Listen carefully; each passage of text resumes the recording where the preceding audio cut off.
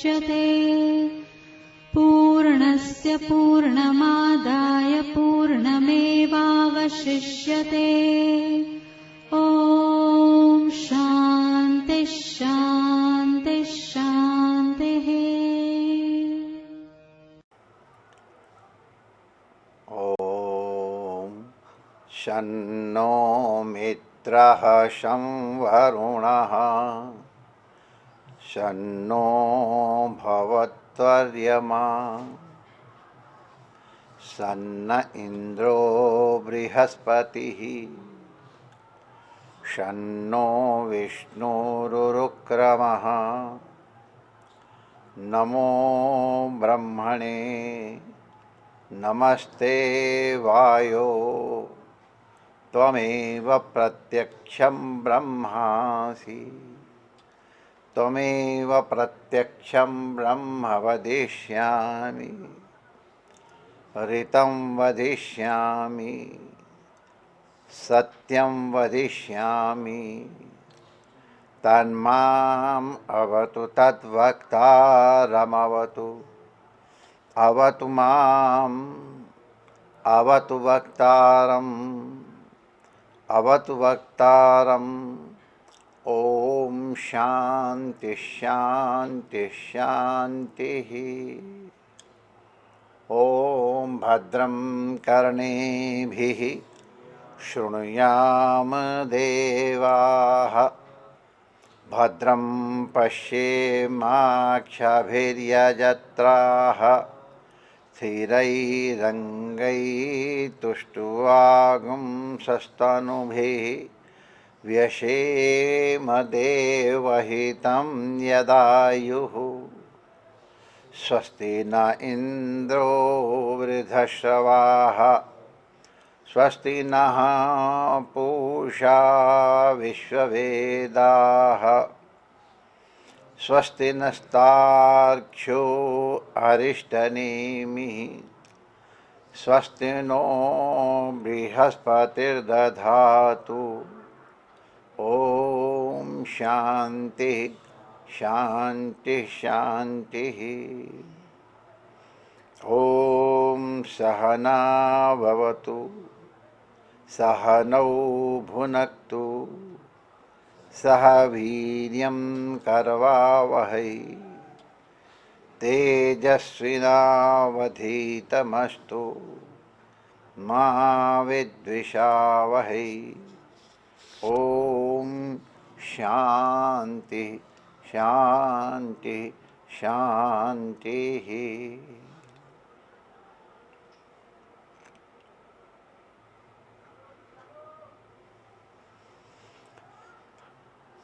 कृष्णाय वासुदेवाय हरये परमात्मने प्रणतक्लेशनाशाय श्रीगोविन्दाय नमो नमः।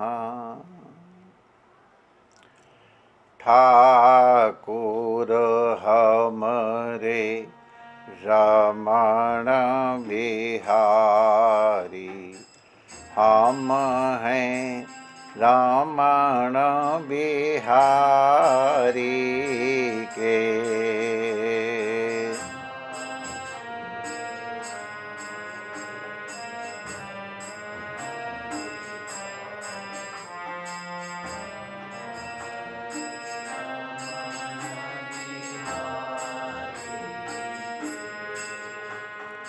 ठाकुर हमरे रमण बिहारी हम हैं रमण बिहारी के।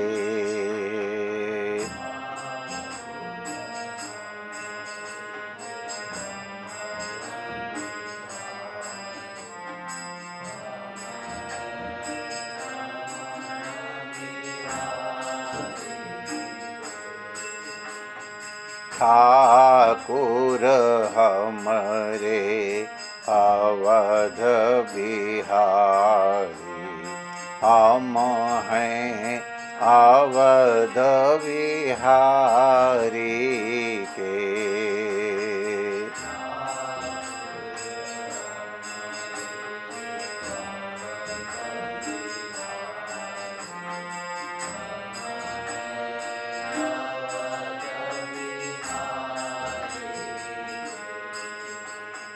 ठाकुर हमरे अवध बिहारी, हम हैं अवध बिहारी के।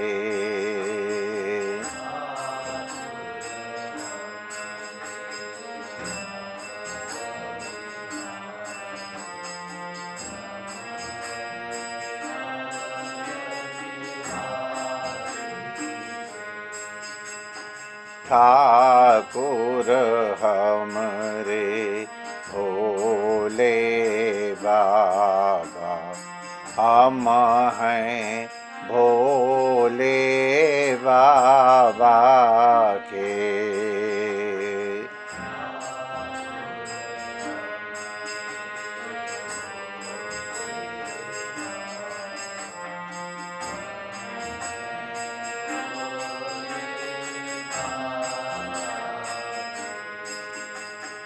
ठाकुर हमरे भोले बाबा, हम हैं भोले बाबा के।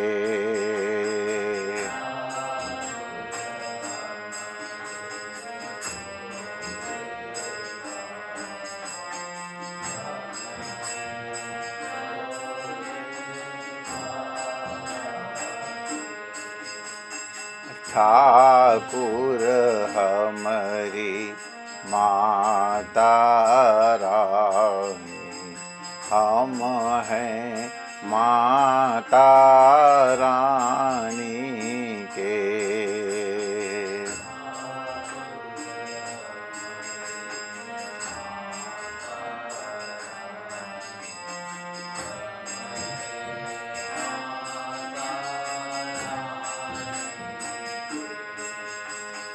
ठाकुर हमारी माता रानी, हम हैं माता रानी के।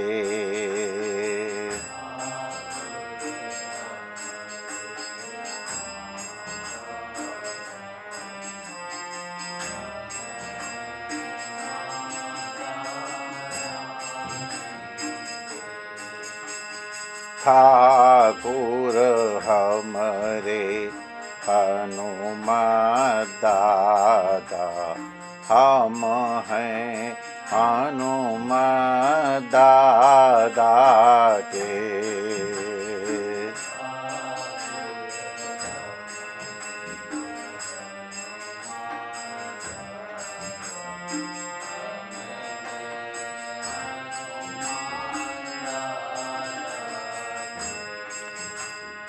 ठाकुर हमरे सद्गुरु प्यारे, हम हैं सद्गुरु प्यारे के।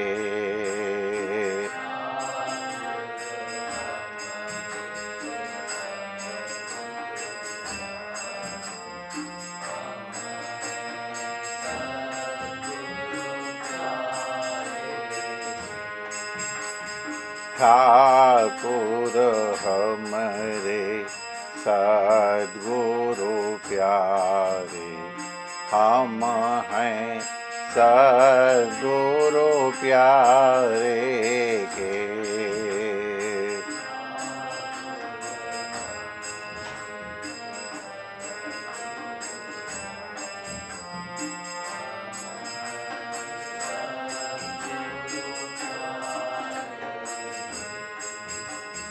साधु सेवा धर्म हमारा, काम न दुनिया दारी से।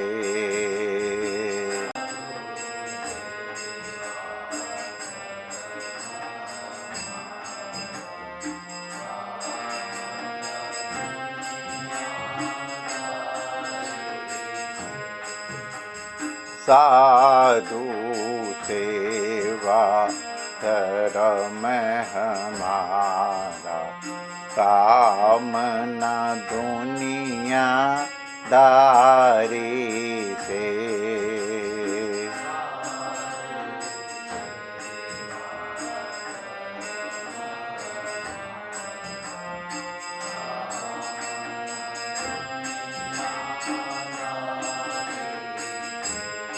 कोई भला कहो चाहे बुरा कहो, हम हो चुके रमण बिहारी के।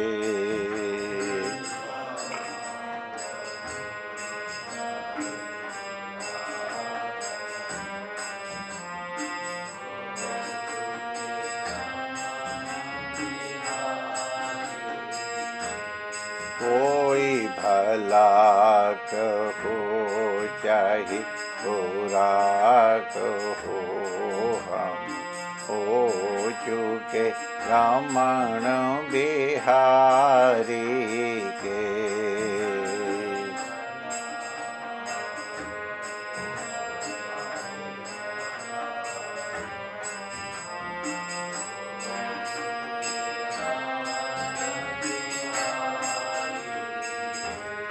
हम हो चुके रमण बिहारी के।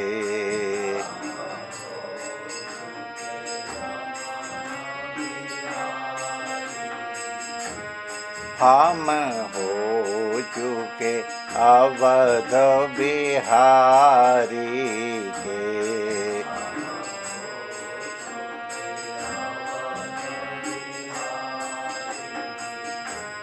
हम हो चुके भोले बाबा के।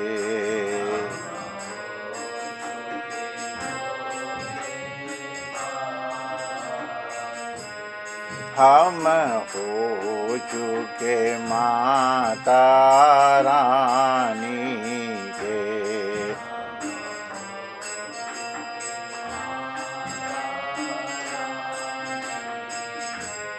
हम हो चुके हनुमान दादा के।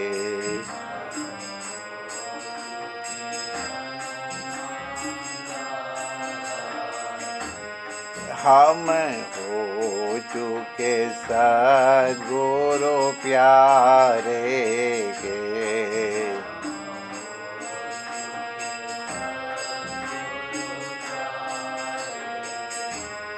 हम हो चुके रमण बिहारी के।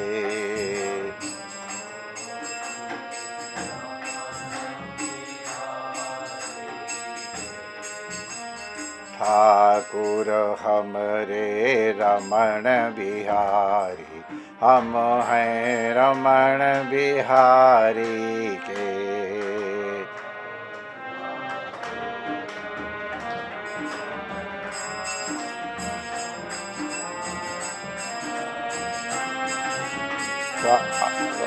साधु सेवा धर्म हमारा, काम न दुनियादारी से।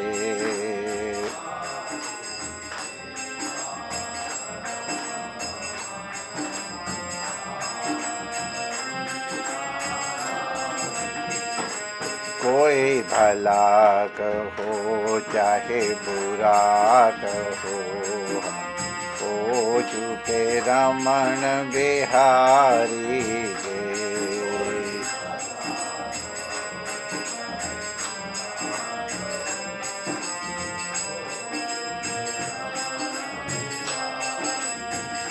श्री रमण बिहारी लाल की जय। पूज्य अवध बिहारी भगवान की जय। श्री कृष्णेश्वर महादेव की जय। भगवती पराम्बा भगवती की जय। श्री हनुमंत लाल की जय। पूज्य सद्गुरुदेव भगवान की जय। सर्व संत हरिभक्तन की जय। आज के आनंद की जय। जय जय श्री राधे श्याम। कृष्णाय वासुदेवाय हरये परमात्मने प्रणतक्लेशनाशाय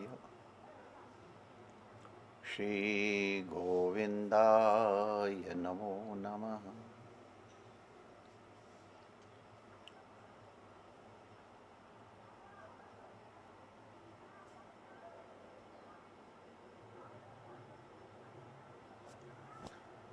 नारायण नारायण नारायण नारायण।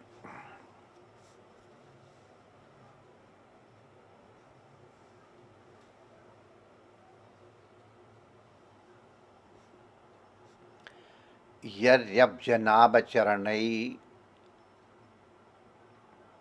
उर्भक्त्या उर्भक्त्या यर्यब्जनाभचरणै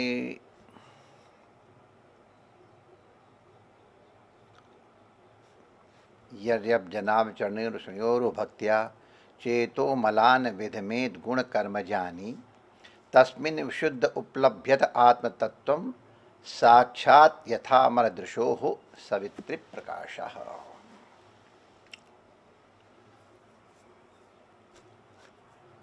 श्री निमिराज जनक ने प्रश्न पूछा था कि जिन परमात्म तत्व के विषय में आपने वर्णन किया, जिनकी माया का आपने वर्णन किया,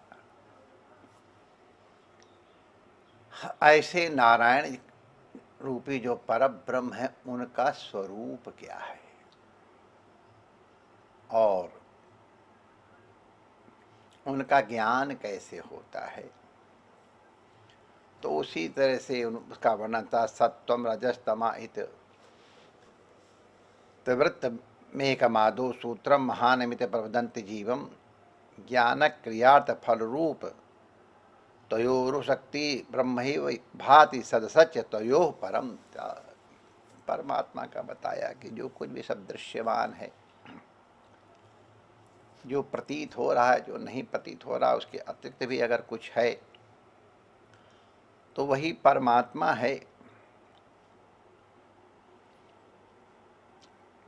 ये जागृत में और स्वप्न में तो रहता ही है, सुषुप्ति काल में भी कूटस्थ आत्मा विद्यमान रहता है। उसी की स्मृति से फिर जीव कहता है कि मैं बड़े सुख से सोया और कुछ भी नहीं जानता हूँ। ये सब अनुभव है। तो वो उनका दर्शन कैसे हो, जिस परम तत्व को आप कह रहे हो कि जैसे चिंगारियां अग्नि को जला नहीं सकती हैं, इंद्रियों के द्वारा वो अनुभव में नहीं आता है, मन से भी वो नहीं प्राप्त होता है, तो उसकी प्राप्ति का उपाय क्या है जो सभी योनियों में जीवात्मा के रूप में प्राप्त होता है और इंद्रियों इत्यादि से वो ग्राह्य नहीं है, तो उसको कैसे जाना जाए। तो उसका संकेत श्री पिप्पलायन जी महाराज योगीश्वर वो कहते हैं,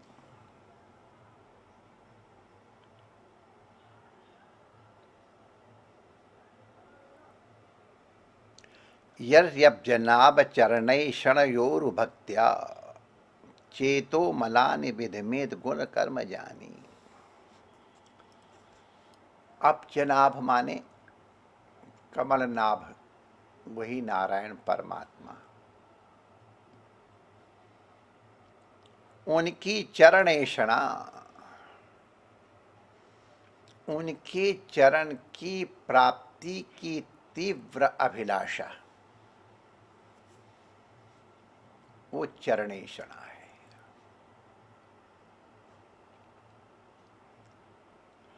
हमारी ऐषणा कहां कहां बटी हुई है।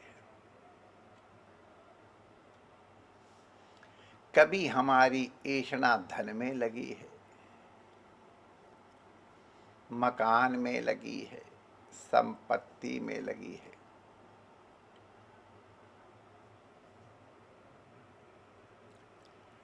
किसी पद में लगी है, पदार्थ में लगी है। तो जिस तरह की हमारी ईषणा होगी उस तरह की हमारी वृत्ति बनेगी। जिस तरह की हमारी वृत्ति बनेगी उस तरह का हमारा अंतःकरण हो जाएगा।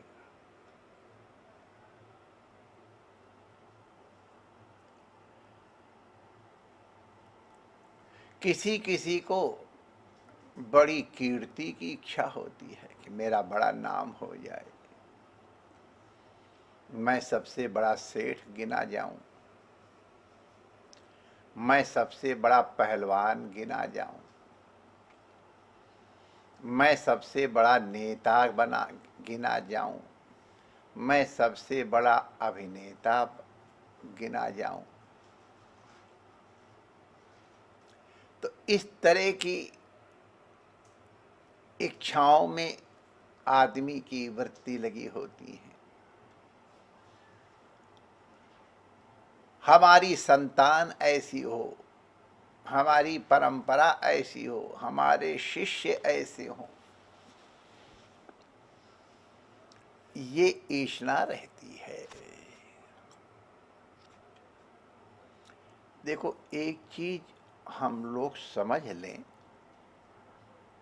सामान्य सी प्रक्रिया है। अंतःकरणावच्छिन्न परम तत्व, प्रमाणावच्छिन्न चैतन्य की वृत्ति के द्वारा प्रमेयावच्छिन्न देश में जाता है और तदाकाराकारित हो जाता है। तो जिस चीज का वृत्ति ज्ञान होगा, अंतःकरण उसके आकार का बन जाता है। सीधी सीधी भाषा में अगर अवच्छिन्न और ये अवच्छेदक न समझ में आ रहे हों, तो हमारे मन में जिस वस्तु की अभिलाषा होती है, प्राप्ति की तीव्र इच्छा होती है,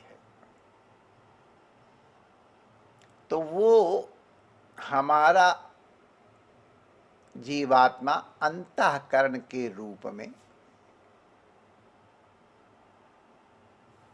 इंद्रियों के द्वारा, आंख के द्वारा, कान के द्वारा, नासिका के द्वारा विषय देश में जाता है। अगर नेत्र के द्वारा गया तो रूपाकाराकारित होएगा, रसना के माध्यम से गया तो रसाकाराकारित हो जाएगा, शब्द के माध्यम से गया तो शब्दाकाराकारित हो जाएगा। तो जिस वस्तु के साथ अभेद होता है, अभेद ज्ञान होता है, उसी का ज्ञान हमको, भान हमको हो सकता है। अंतःकरण ही विषय के रूप में परिवर्तित हो करके और तब अनुभूति का विषय होता है। घड़े के रूप में जब तक अंतःकरण नहीं होगा तब तक घटावच्छिन्न चैतन्य का प्रत्यक्ष दर्शन नहीं होता है। इसलिए जिस चीज का हमारे हृदय में प्राप्त करने का संकल्प होगा, वृत्ति होगी, उस वृत्ति के अनुसार भिन्न भिन्न प्रमाण, इंद्रिय प्रमाण है, भिन्न भिन्न प्रमाणों के द्वारा और उसका तदाकाराकारित रूप में अधिगम होता है। तो अगर ब्रह्म का भी अधिगम करना है तो ब्रह्माकाराकारित वृत्ति बनानी पड़ेगी। जैसे घटाकाराकारित वृत्ति के द्वारा ही घटक ज्ञान होता है, और तब घटक ज्ञानवान अहम अस्मि, मैं घट ज्ञान वाला हूं या रसक ज्ञान वाला हूं, ये होता है। तो उसी तरह ब्रह्माकाराकारित वृत्ति जब तक नहीं होगी तब तक ब्रह्म की अनुभूति या ब्रह्म का ज्ञान नहीं होगा। तो अपरोक्षानुभूति के लिए तदाकाराकारिता आवश्यक है, तत्काराकारिता आवश्यक है।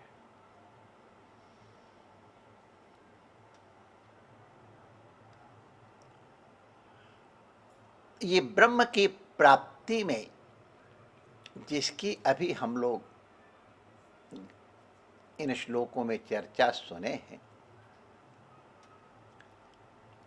उनकी प्राप्ति का क्या उपाय है? क्योंकि जो बाह्य पदार्थ हैं,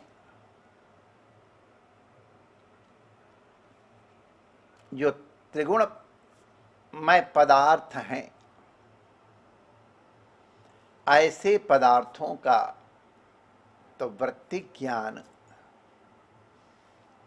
बहिर्मुख इंद्रियों द्वारा शक्य है, संभव है। जो इंद्रियों का विषय नहीं है, जो मन का विषय नहीं है, जो बुद्धि का विषय नहीं है, जिसकी सामर्थ्य से बुद्धि जानती है, मन जिसके माध्यम से मनन करता है, इंद्रियां जिसकी सामर्थ्य से अपने विषय देशों में गमन करती हैं, जिसकी सामर्थ्य से विषयानुभूति होती है, वो जो मूल कारण है, अपने मूल कारण को कैसे अनुभव कर पाएंगे? अंतःकरण की वृत्ति बिना ब्रह्माकारित वृत्ति नहीं होगी, तब तक हमको ब्रह्म का ज्ञान नहीं होगा, नारायण का ज्ञान नहीं होगा। तो क्यों हमको ज्ञान नहीं हो रहा है, जबकि हमारा वास्तविक रूप वही है? तो वो हमारा अंतःकरण मलिन है। मलिन अंतःकरण में ब्रह्म का प्रकाश नहीं होता है, ब्रह्माकाराकारित वृत्ति नहीं होती है। तो बाहर का जो मल हो, उस मल को तो हम विभिन्न साधनों के द्वारा निवृत्त कर सकते हैं कि ये दाग खटाई से दूर होगा, ये एल्कलाइन सॉल्यूशन से दूर होगा, ये साबुन मिट्टी से होगा, और इसको खाली पानी से धो दो तो दूर हो जाएगा। लेकिन अंतःकरण में कौन सा साबुन लगाया जाए, किस ढंग से उसका प्रक्षालन किया जाए कि अंतःकरण शुद्ध हो जाए? अंतःकरण की शुद्धि के लिए साधन चतुष्टय संपन्नता आवश्यक है।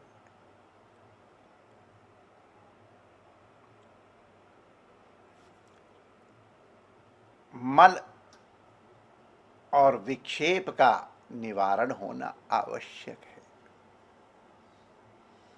तो ये मल का निवारण, विक्षेप का निवारण किस प्रकार हो,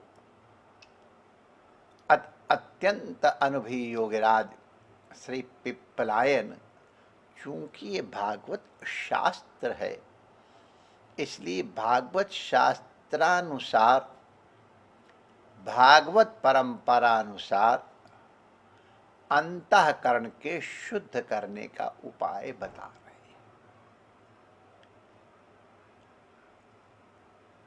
हैं। क्या है साधन? तो यद अर्यभ्यनाभ चरणैः एषणा, ये भगवान, अब जनाब माने भगवान नारायण, नारायण से तात्पर्य है, अब जनाब से संकेत हुआ कि समग्र सृष्टि जिनके माध्यम से है। भगवान की नाभि में कमल है, कमल के ऊपर ब्रह्मा है, ब्रह्मा के द्वारा फिर ये सब सृष्टि बनी है। तो सबके मूल में यद्यपि नारायण ही है, लेकिन समस्त सृष्टि के हेतु ब्रह्मा जी माने जाते हैं। तो वो जिनके मूल हैं, ऐसे भगवान नारायण आर्यनाभ, उनके चरणों की जो ईषणा है, अत्यंत उनकी प्राप्ति की तीव्र पिपाशा है। एक सामान्य पिपाशा होती है, एक तीव्र पिपाशा होती है, तीव्रतर पिपाशा होती है, तीव्रतम पिपाशा होती है। जिसमें पिपाशा होगी वही पान का आनंद ले पाएगा, वही पान का मूल्य दे पाएगा। जिसमें तीव्र भुक्षा होगी वही भोजन का मूल्य देने में, किसी भी मूल्य पे भोजन चाहिए। इसी प्रकार जिसको मोक्ष की इच्छा होगी, किसी भी मूल्य पर हमको मोक्ष चाहिए, उसको मुमुक्षा कहते हैं।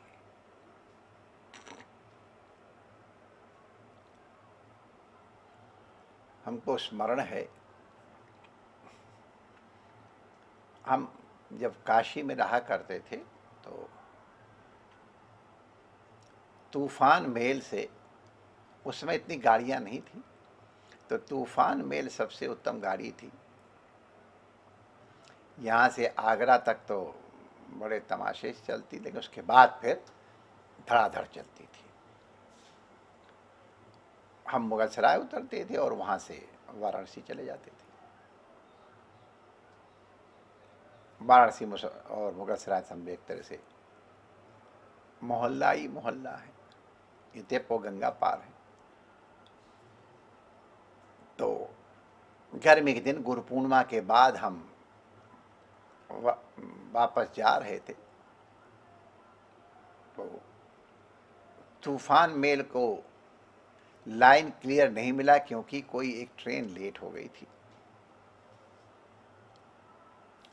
कुछ आगे प्रतिबंध होगा। तो एक गाड़ी आ करके रुकी, और गर्मी के दिन थे, सब लोग प्यासे थे। उस समय भी बॉटल्ड वाटर नहीं मिलता था, ये बिस्लरी वगैरह ठंडी, अब तो बड़ी सुविधा है। तो पानी पिलाने वाला गिलास में पानी बर्फ का बेच रहा था, 8 आने गिलास जैसे करके बेच रहा था। लोग धड़ाधड़ पैसा दे दें, हाथ में पैसा ले, फिर गिलास दे, फिर पैसा ले, कोई गाड़ी छूट जाए तो पहले पैसा फिर गिलास, सबको पानी पिला रहा था। गाड़ी रुकनी थी 2-3 मिनट ही, लेकिन वो क्रॉसिंग के कारण इसको रुकना पड़ा देर तक। तो सब लोग झटके से पानी पी लिया। अब खाली तो पानी बेचने वाला इधर किनारे आके खड़ा हो गया। तो मैं तमाशा देख रहा था, इतना बड़ा बैग था हमारे पास, और कुछ होता था हमारे पास सामान। ये में नाटक इतना जितना है आजकल वो नहीं होता। मुझे एक छोटा सा बैग था, बिना ताला वाला के कंतान का। तो हम खड़े हुए थे, एक तरफ तमाशा देख रहे थे। तो एक सेठ गोल गोल तो लगा कर, ए पानी वाले यहाँ आओ। तो मैंने देखा पानी वाला उसकी तरफ ध्यान ही नहीं दे रहा। तो महात्माओं की आदत उपदेश देने की, एकदम तैयार बैठे होते, मौका लगे तो उपदेश दें। कैसा है ये पानी पूछने आप बुद्धि के।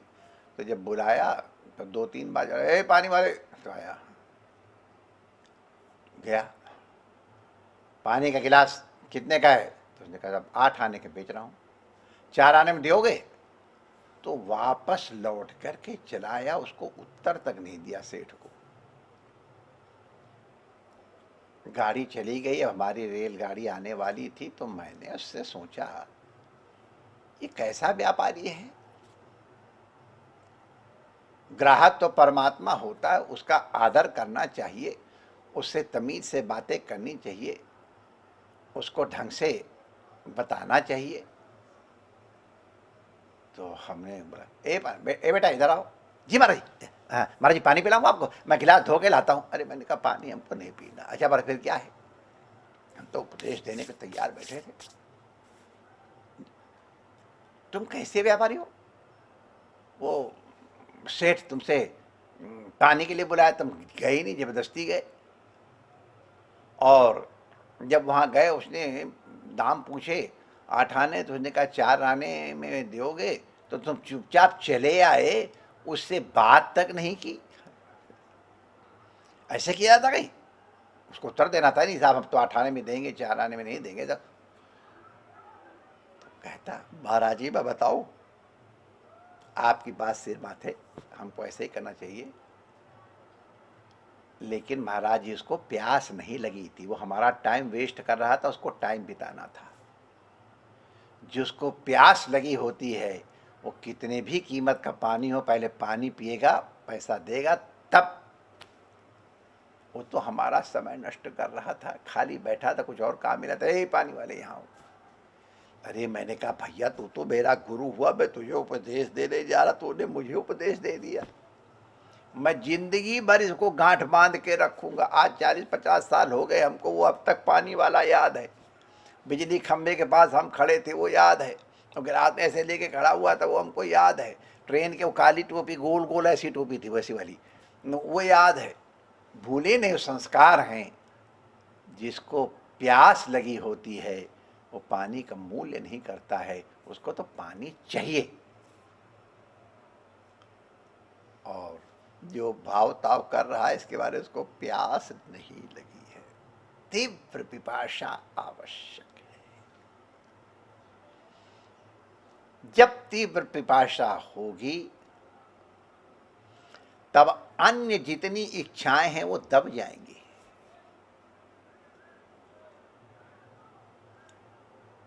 भोजन की भूख उस समय नहीं लगी। अरे भाई अब कहने सुनने में थोड़ा बड़ा अच्छा तो नहीं लग रहा है, लेकिन बात सही है।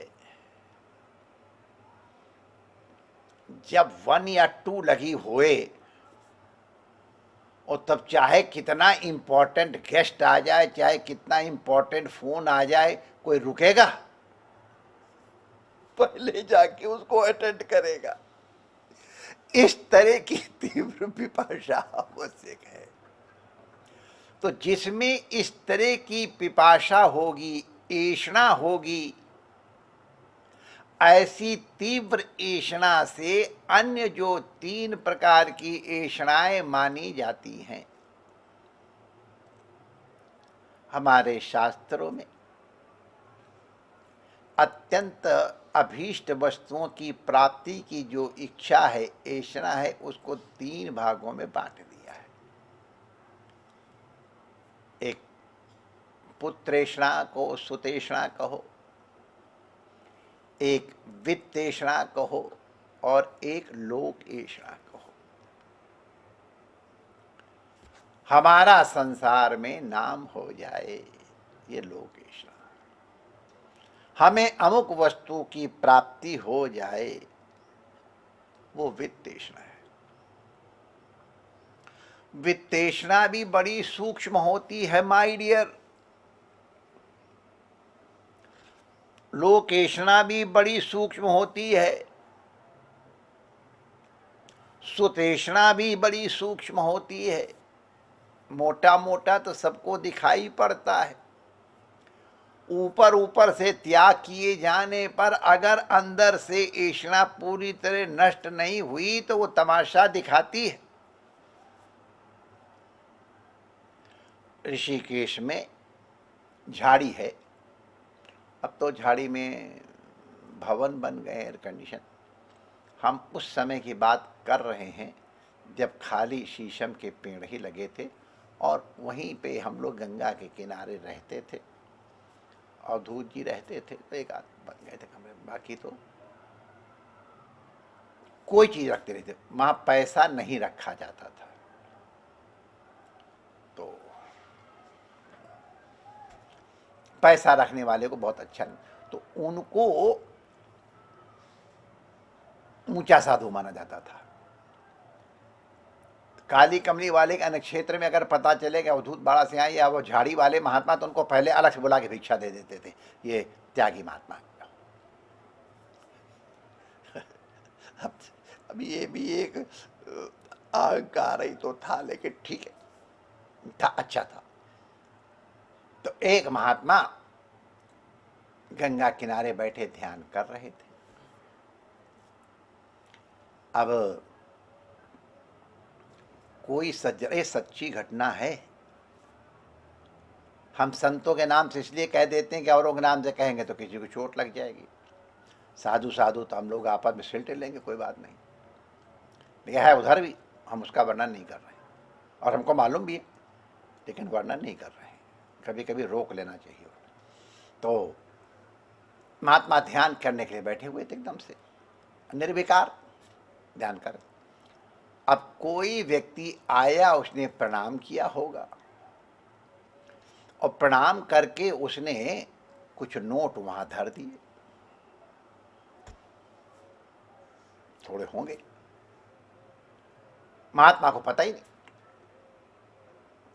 महात्मा जब ध्यान से उठे, उठ के चले तो नोट दिखाई पड़े। ये कौन दे गया नोट? अगल बगल कोई दिखाई पड़े तो कौन दे गया? तब वो सोचने लग गए, इन नोटों का मैं क्या करूं? हमें तो चाहिए नहीं, हम क्या करें, हम तो त्यागी हैं,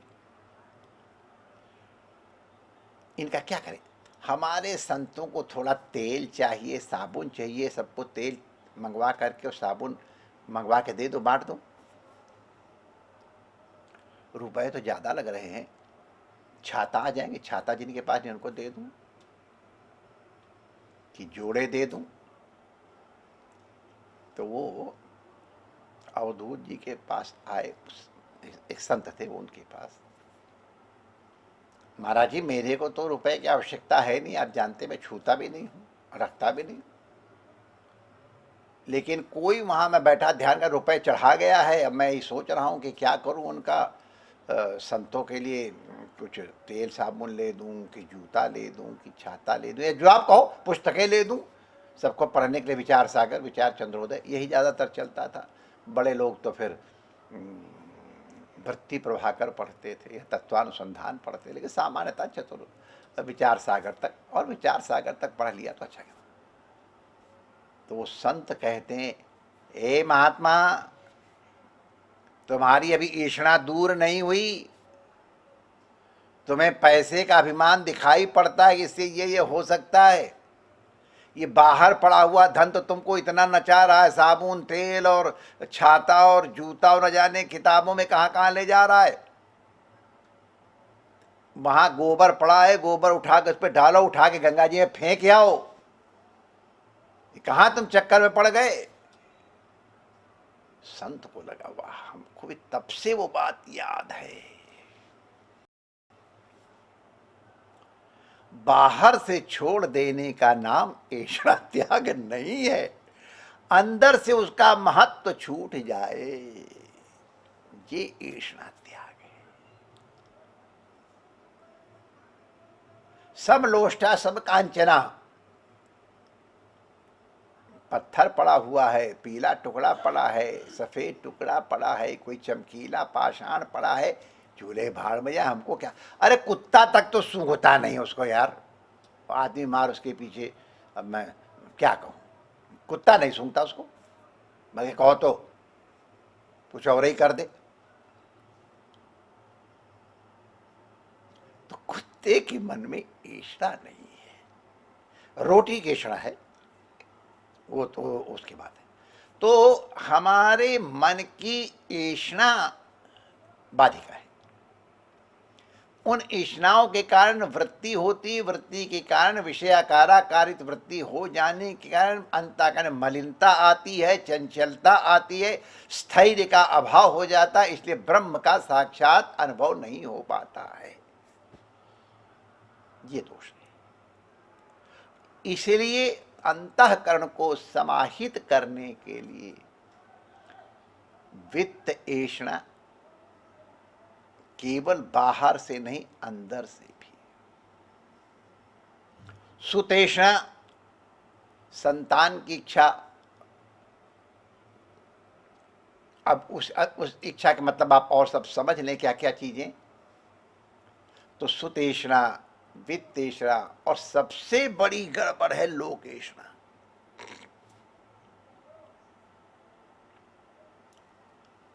लोकेषणा कहां से किस तरह घुस जाती है, बहुत सावधान रहने पर भी वो प्रविष्ट हो जाती है, और लोकेषणा बहुत नचाती है।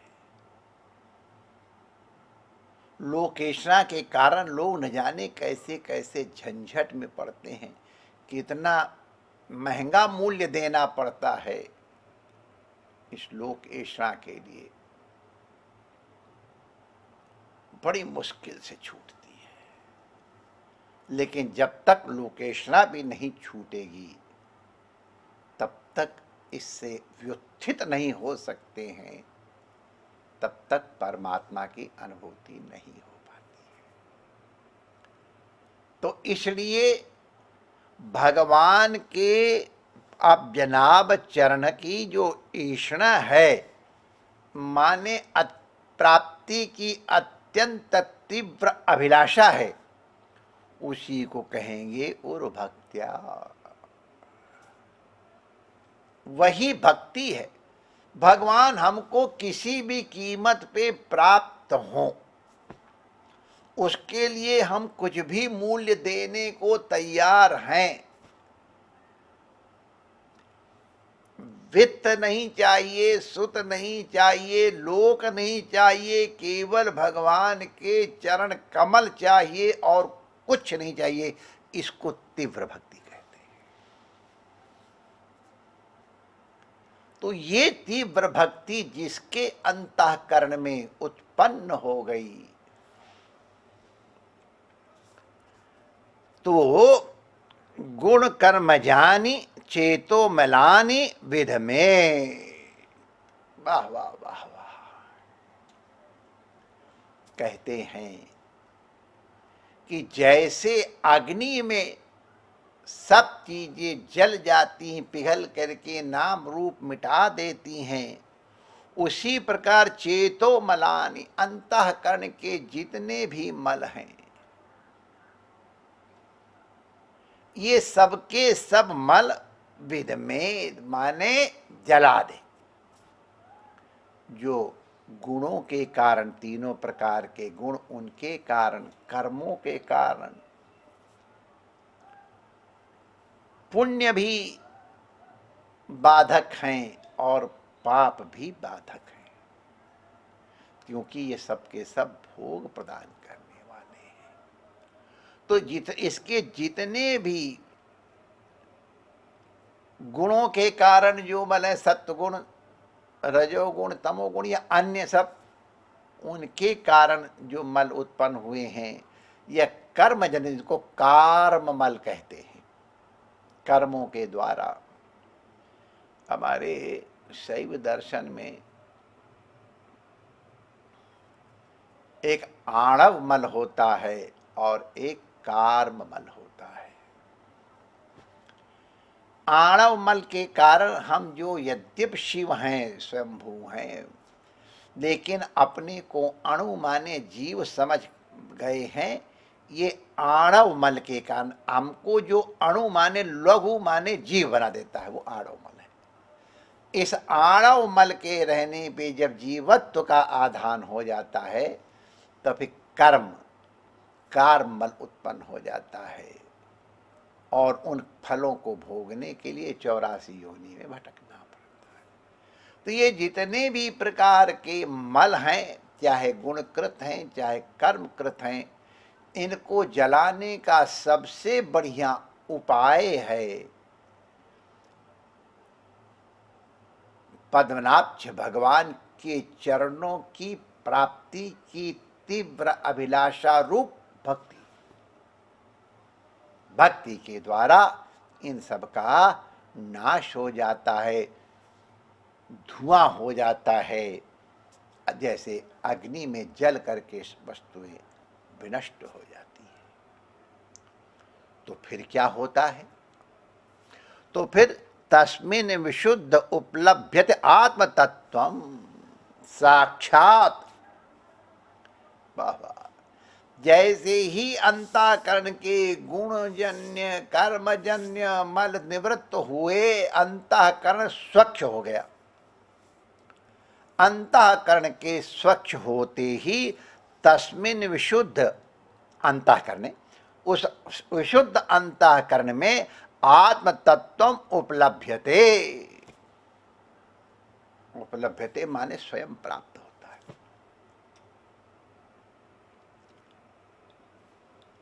अंदर से प्राप्त होता है,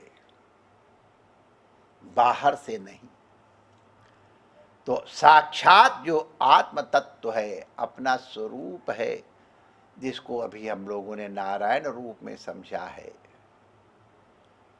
वही हमारे जीवत्व का भी अब हेतु कहने में बड़ा डर लगता है। ये शब्द बड़े बड़े कठिन हैं। माने जिसकी कृपा से, अब क्या कहें, भाई माया की उपाधि उसी की तो है, उसी से हम जीव बने, अविद्या की उपाधि से, और माया उपाधि से ईश्वर बना है। दोनों उपाधियां नष्ट कर दो, आत्मतत्व से एक ही है।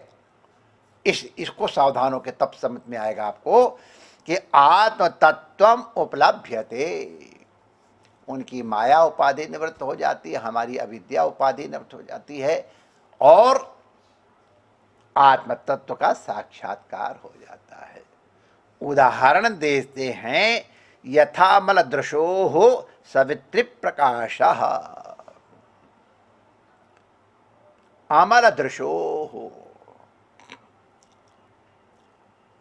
जिनकी आंखें अमल माने मैल रहित हो गई हैं, आंख के रोग जिनके कारण प्रकाश का अनुभव नहीं होता है। कई तरह के रोग हैं, और सबसे प्रसिद्ध तो ये कट्रैक्ट है। कट्रैक्ट, मोतियाबिंद, ये मोतियाबिंद का रोग है। मोतियाबिंद जब आ जाता है तो कुछ दिखता नहीं, अंधेरा अंधेरा सा दिखता है। चेतो दर्पण मार्जनम, या गुरु चरण की रज की का अंजन लगा करके, और दृग दोष विभंजन, सभी दृगों के दोष विभंजित हो जाते हैं। तो वही यहाँ गुरु चरण कहा है, यहाँ नारायण चरण कहा, दोनों एक ही तो हैं। तो जैसे ही वो औषधि आंख में लगती है, अमल दृशा भवंती, आंखें विमल हो जाती हैं, तो सवित्री प्रकाश, सवित्री प्रकाशा माने सूर्य का प्रकाश कैसा देदीप्यमान भास होने लगता है। सूर्य के प्रकाश के अवलोकन की चेष्टा नहीं करनी है, वो तो भासमान है ही। केवल जो उसके प्रतिबंधक हैं, हमारे नेत्र के रोग, उनको निवृत्त करना है। तो ये नेत्र के रोग निवृत्त हो जाएं, तो नेत्र रोग का निवृत्त होना ही सवित्री प्रकाश सूर्य के प्रकाश का अनुभव है। तो वही जैसे आंख का रोग निवृत्त हो जाए, मर निवृत्त हो जाए, तो सूर्य का भास्वर प्रकाश प्रकाशित होने लगता है, अनुभव में आने लगता है। उसी प्रकार तस्मिन् विशुद्ध उपलभ्यते आत्म तत्वम्, विशुद्ध अंतःकरण में उसी प्रकार से आत्म तत्वम् साक्षात उपलभ्यते, साक्षात प्राप्त हो जाता है। भगवान की भक्ति सर्वोत्तम उपाय है श्रीमद् भागवत शास्त्र के अनुसार और नवयोगीश्वरों में भगवान पिप्पलायन तथा नारद जी के अनुसार और सब संतों के अनुसार। ये तो ऐसा मार्ग है कि आंखें बंद करके भी दौड़ो तो न कहीं गिरने का डर है और न कहीं भटकने का डर है।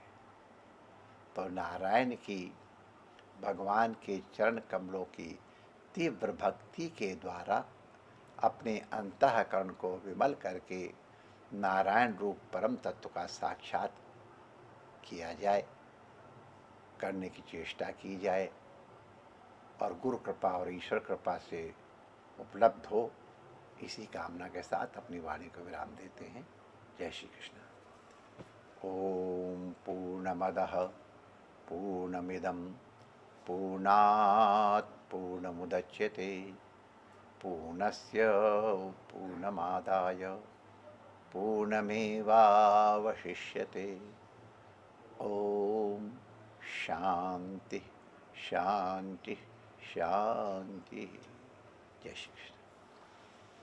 जय राधे जय रमण बिहारी, जय यदुनंदन जय हलधारी।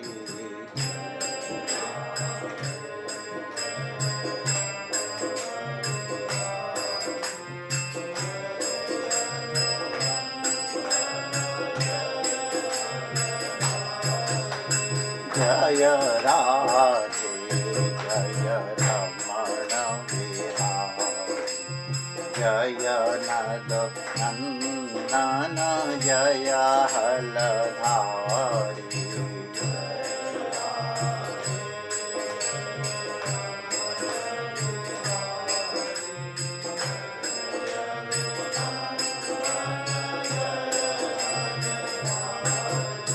शरण शरण प्रभु शरण तुम्हारी, जय गुरुदेव हम शरण तुम्हारी।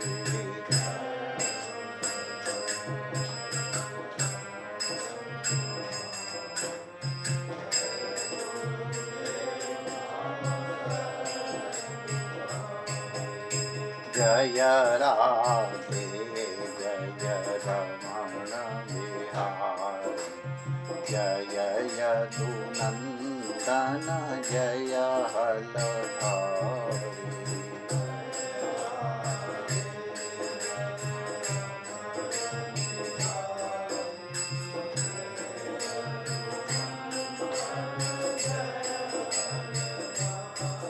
श्री रमण बिहारी लाल की जय। जय श्री कृष्ण। ॐ शान्ति शान्ति।